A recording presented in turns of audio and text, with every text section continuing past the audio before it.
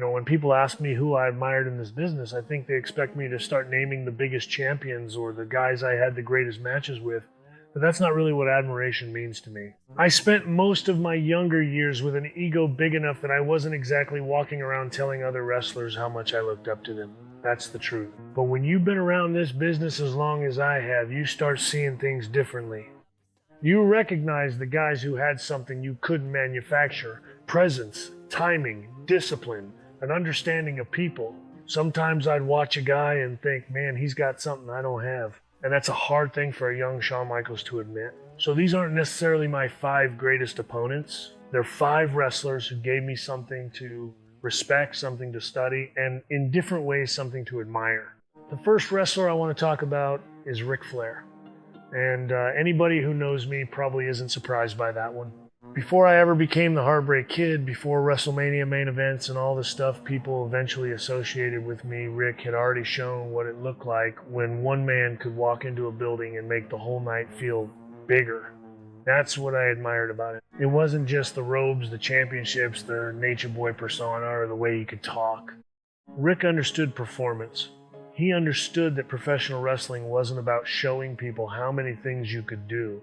It was about making them care about what you were doing. I watched how he carried himself, how he controlled the pace, how he could make an opponent matter, and especially how he could read a crowd. Rick could feel when people were ready to come up, when they needed to come down, and when you had them exactly where you wanted them. As a performer, man, that's gold. That's the stuff you can't completely learn from somebody handing you a list of moves. And years later, when I had already built my own career and developed my own style, I could appreciate it even more because I understood how difficult it really was. Rick and I came from different places as performers. I was more explosive. I liked movement, athleticism, taking chances, and pushing the physical side of a match. Rick had this rhythm where he could make something simple feel enormous. He could sell exhaustion. He could sell desperation. He could make the audience believe the next moment mattered. And eventually I got to know the man behind all of that. I saw the confidence, but I also saw the emotion underneath it. That's why the 30th of March 2008 at WrestleMania XX became such a heavy night for me. I was standing across the ring from somebody I had admired long before I ever imagined we'd be in that position together. The story was that if Rick lost, his career was over. So every minute of that match carried something different. It wasn't just Shawn Michaels trying to have another WrestleMania performance. I understood what Ric Flair represented to this business, and I understood what that moment represented to him. Near the end, when I looked at him and said, "I'm sorry, I love you," that wasn't something I needed to manufacture. Then I hit sweet chin music and it was over. People remember that moment because of the emotion, but for me, the respect behind it mattered just as much. I wasn't standing there thinking about how many world championships Rick had won.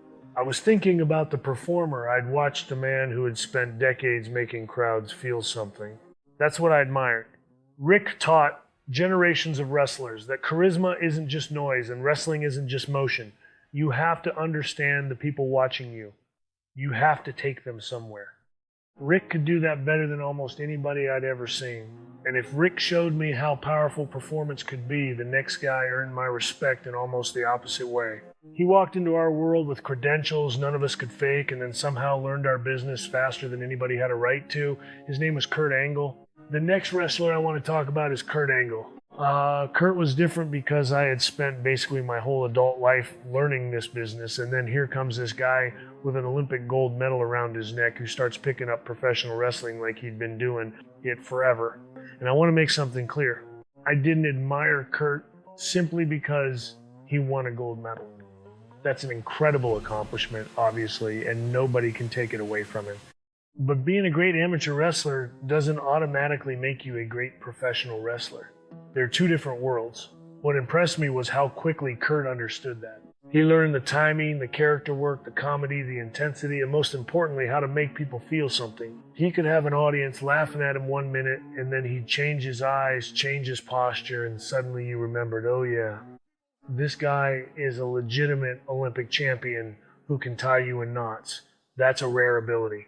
By the time Kurt and I finally got together at WrestleMania 21 on the 3rd of April, 2005, I knew exactly what kind of athlete I was getting in the ring with. But, knowing it and feeling it are two different things. Kurt could go, There wasn't much wasted motion with him. If I changed the pace, he could change with me. If we needed to slow things down and make something breathe, he understood that too. And when it was time to turn the intensity up, good grief, Kurt could take you there immediately. That's what made that match exciting for me. I wasn't trying to drag somebody through a Shawn Michaels match. I was working with a guy who could challenge me physically and force me to react. Late in that match, he caught me in the ankle lock, and we stretched that moment because the struggle mattered. The audience had to believe I might escape. They had to believe I might survive. Eventually, I couldn't, and I tapped out. Now, younger Shawn probably would have had a whole lot more trouble talking comfortably about tapping out to somebody. That's just the truth. But by 2005, I understood that if the story is right and the guy across from you has earned it, you do what makes the match mean something. Kurt had earned that, and our story didn't stop at WrestleMania. We wrestled again at Vengeance that June where I got the win, and we kept crossing paths later that year. Every time I worked with him, I respected how much he could absorb and how many different gears he had. Here's a man who had reached the absolute top of legitimate competitive wrestling, and instead of walking into WWE believing that meant he already knew everything, he learned another craft. That's what I admired. The medal gave Kurt credibility, but the willingness to become a complete professional wrestler gave him longevity. He didn't hide behind what he'd accomplished before he got here. He put himself out there. He became ridiculous when the character needed to be ridiculous. He became vicious when the match needed him to be vicious. He understood that our job wasn't to protect our image every second. Our job was to serve the story. And that brings me to another guy I respected for exactly that kind of understanding, although he went about it in a completely different way. He kept changing, kept adapting, and every time you thought you knew who Chris Jericho was, he'd find another version of himself. The next wrestler I want to talk about is Chris Jericho. You know, Chris is interesting for me because when we first worked together, the story almost wrote itself. He had talked openly about being influenced by me, and at WrestleMania 11 on the 30th of March 2003, we could build around that idea of a younger guy wanting to prove he could stand with somebody he'd watched before he got there. But here's the part people sometimes miss. Over time, I started studying Chris, too. That's where my admiration for him really grew. He wasn't satisfied with finding one version of Chris Jericho that worked and writing it until people stopped caring. He kept changing. His look changed. His delivery changed. His attitude changed. Even the way he approached a wrestling match could change depending on what story we were trying to tell. I respect that because reinvention is hard in this business. Once the audience decides who you are, it's tempting to keep giving them exactly that. Chris had the nerve to tear things down and build something different. I saw it firsthand in 2008. By then, Chris and I had already wrestled each other, so simply putting us back in a ring wasn't enough. We needed a reason for people to care again. The story became much more personal, much darker, and Chris leaned into it completely. After our confrontation on the highlight reel in June, when he drove me face first into the Geritron 6000, the rivalry stopped feeling like two performers trying to prove who is better. It felt ugly. That's what we needed. And Chris understood that you couldn't play that version of himself the same way he'd played the loud, flashy Jericho people knew years earlier. He stripped things away. He became colder, more controlled, less interested in getting a reaction every 5 seconds. I admired that discipline because wrestlers love reactions. We're addicted to them. You hear a crowd and every instinct tells you to give them another reason to make noise. Sometimes the better performer is the guy willing to hold back because the story needs patience. Chris understood that. At Unforgiven on the 7th of September 2008, we had the unsanctioned match, and that couldn't feel like WrestleMania 11. It needed anger. It needed consequences. Then at No Mercy on October 5, we had the ladder match for the World Heavyweight Championship, and again the environment changed. Same two guys, completely different kind of fight. That's the part I loved working through with Chris. We weren't just asking what cool thing can we do next. We were asking what made sense for these two men after everything that had happened between them. There's a big difference. And look, I'm a guy who spent a lot of his career being obsessed with performance. I wanted to steal the show. I wanted people leaving the building talking about my match. So I recognize how difficult it is to stop thinking about yourself and start thinking about the entire story. Chris could do that. He could make himself look foolish if that was what the moment needed, and he could become completely vicious when that was what the audience needed to believe. He could adapt to different opponents, different generations, different roles. That's why my respect for him became bigger than the idea that he was somebody who had once looked up to me. Eventually, you stop seeing the kid who studied you and you start seeing the professional standing across from you. And I saw one hell of a professional in Chris Jericho. He reminded me that longevity isn't just surviving long enough. You have to keep finding something honest enough to make people care again. But when I think about somebody who took longevity, commitment, and presence to another level entirely, there's one man I can't get around. I shared some of the biggest moments of my career with him, and he could make an entire building change just by standing there. The Undertaker. The next wrestler I want to talk about is The Undertaker. And this one's difficult to explain unless you've actually stood across the ring from Mark and felt what happens to a building when he becomes The Undertaker. There are guys who need to move constantly to hold people's attention. I was probably one of those guys. I liked movement, pace, emotion, giving people something they could react to. Mark could stand there and do almost nothing, and 20,000 people would be waiting for him to move. I admired that because I knew I couldn't duplicate it. That wasn't a trick, that was presence, and he understood how to protect it. We had history long before those WrestleMania matches everybody talks about. On the 5th of October 1997 at Bad Blood, we had the first Hell in a Cell match. Think about what we were dealing with.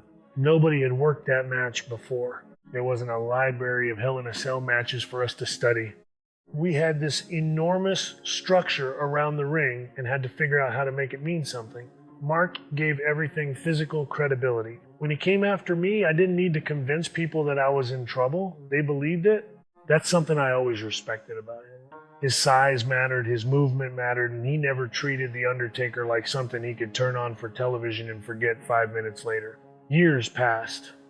I left wrestling in 1998 because of my back, came back in 2002, and eventually our paths brought us together again at WrestleMania 25 on the 5th of April 2009. By then we were older men. We weren't trying to prove we could do what 25-year-olds did. We were trying to use everything we'd learned. And that's where Mark was so damn good. He understood silence. He understood anticipation. He understood that sometimes the best thing you can do is make people wait one more second. That match had big physical moments, sure, but what I remember about working with him was the trust. You could feel when he was ready to change gears. You could look at him and know where we were emotionally. We didn't need to rush because the audience was already with us.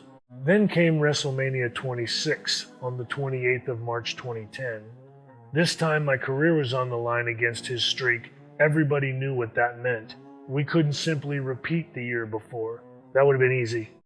And it would have been wrong. The story had changed. My character was desperate. I'd become obsessed with getting another chance at him, and Mark had to be the wall I couldn't get through. Near the end, after everything we'd done, I gave him his own throat cut gesture and slapped him. He answered with the final tombstone. 1, 2, 3. That was it for my in-ring career for the next several years. And you know, if you're going to trust somebody with a moment like that, you better respect the man standing across from you. I did. I still do. What I admired about Mark wasn't simply the streak or the entrance or how long he lasted. It was his commitment to making every detail matter. He understood that mystique only works if you protect it. He understood that a wrestler's greatest weapon isn't always another move. Sometimes it's the way you walk. Sometimes it's an expression. Sometimes it's doing absolutely nothing until the crowd can't stand waiting anymore. I spent my career trying to make people feel something through motion. Mark could make them feel something through stillness. Man, I respected that. But if I'm talking about where my understanding of this business actually started, I have to go further back than WrestleMania, further back than the Heartbreak Kid, even further back than WWE. Before any of that existed for me, there was a man in Texas teaching a young kid named Michael Hickenbottom how this business actually worked. His name was José Lothario. And finally, the wrestler I have to put at number one is José Lothario. I know that's probably not the name everybody expected. If you're looking at my career from the outside, you might expect another WrestleMania opponent or another huge WWE name, but that's exactly why I have to explain what admiration means to me. José was there before the Heartbreak Kid existed. Before the championships, before the ladder matches, before anybody was arguing about whether I could steal the show. I was Michael Hickenbottom, a young kid in Texas who wanted to become a professional wrestler. José helped train me, and what I admired about him wasn't some flashy move I wanted to copy. It was his understanding of the business. There's a difference between learning wrestling moves and learning how to wrestle. Anybody athletic enough can learn how to take a bump, run the ropes, throw a drop kick, whatever. José came from a generation where you had to understand why you were doing something. You had to understand the person sitting in the building. You had to know when to give them something and when to make them wait. Man, those lessons stay with you. Later in my career, people talked about my timing, selling, emotion, storytelling, all those things like they just appeared when I became Shawn Michaels. They didn't. The foundation was being put in place years earlier. Now, did I listen perfectly to every lesson when I was young? Absolutely not. I was stubborn. I was ambitious. Eventually, I became pretty convinced I knew exactly what I was doing, and anybody who knows my history knows that confidence could turn into arrogance. But age has a funny way of making you appreciate the people who gave you something before you understood how valuable it was. José gave me fundamentals. He gave me a starting point. Then life took me through the AWA, the Rockers, the breakup with Marty, the Intercontinental Championship, and eventually into the main event picture. Years later, José came back into my wrestling life on television during one of the biggest periods of my career. In 1996, when I was chasing the WWF Championship, he was there in my corner. At WrestleMania 12 on March 31, I wrestled Bret Hart in the Iron Man match for the WWF Championship, and José was there as part of that journey. Think about that from my perspective. The man who had helped teach me when I was just trying to get into this business was now watching me compete in the main event of WrestleMania. When I finally won that championship, the world saw Shawn Michaels reaching the top. I could also look over and see a connection to where the whole thing had started. That's powerful to me now in a way I probably couldn't fully appreciate then, and that's why José belongs here. I'm not telling you he was the biggest star I ever worked with. I'm not telling you he was my greatest opponent. That's not the question. I'm talking about admiration. I'm talking about respecting somebody for what he gave you and what he represented. José came from a wrestling world built on fundamentals, credibility, crowd psychology, and earning reactions rather than demanding them. Those ideas became part of the performer I eventually turned into, even after I added all the Shawn Michaels stuff on top of them. The entrance, the attitude, the athleticism, the showmanship, all of that came later. Underneath it, somebody first had to teach that kid from Texas how to work. José helped do that for me. So yeah, when I look back now at 61, I can admit something the younger version of me probably wouldn't have said very easily. None of us becomes who we become completely by ourselves. Sometimes admiration isn't about wanting to become somebody else. Sometimes it's finally understanding that without what somebody gave you, you never would have had the chance to become yourself. You know, when I put these 5 names together now, I don't see a list of championships or WrestleMania moments. I see 5 different things I respected. Ric Flair showed me what it meant to understand performance and control a crowd. Kurt Angle had legitimate athletic credentials nobody could question, but what impressed me was how hard he worked to learn our business instead of assuming he'd already mastered it. Chris Jericho earned my respect because he kept changing, kept taking chances, and understood that the story had to be bigger than his ego. The Undertaker showed me the power of presence, patience, commitment, and making every little thing mean something. And José Lothario, well, José helped give me the foundation before anybody knew who Shawn Michaels was. When I was younger, I wanted people watching me. I wanted to steal the show. I wanted to prove I belonged at the top. And sometimes my ego made that harder than it needed to be. I can admit that now. But getting older changes your perspective. Eventually, you realize your career isn't shaped only by the people you beat or the championships you held. It's also shaped by the people who made you stop, watch, listen, and learn. I didn't want to become Rick, Kurt, Chris, Mark, or José. I became Shawn Michaels. But every one of those men had something that made me say, even if I wasn't always willing to say it out loud back then, man, I respect that. And to me, that's what real admiration in this business looks like.